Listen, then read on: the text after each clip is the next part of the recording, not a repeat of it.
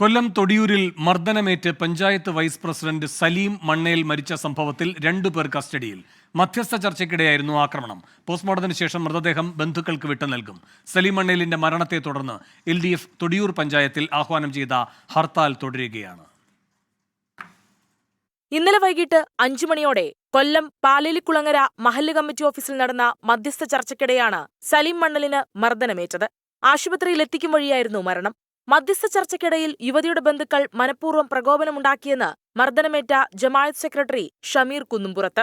സൈഡിൽ നിന്നും വന്ന ഒരു ചവിട്ടുകയും പ്രസിഡന്റ് താഴെ വീഴുകയും പെട്ടെന്ന് തന്നെ അബോധാവസ്ഥയിലായി പെട്ടെന്ന് വാഹനത്തിൽ കയറ്റി കരുനാഗപ്പള്ളി ഹോസ്പിറ്റലിലേക്ക് മാറ്റുകയായിരുന്നു. ഹോസ്പിറ്റലിൽ ചെല്ലുന്നതിന് മുമ്പ് മരണപ്പെട്ടു എന്ന് ഡോക്ടർ സ്ഥിരീകരിക്കുകയുണ്ടായി. 15 പേരെ പ്രതി ചേർത്ത് കേസെടുത്ത പോലീസ് 2 പേരെ കസ്റ്റഡിയിലെടുത്തു.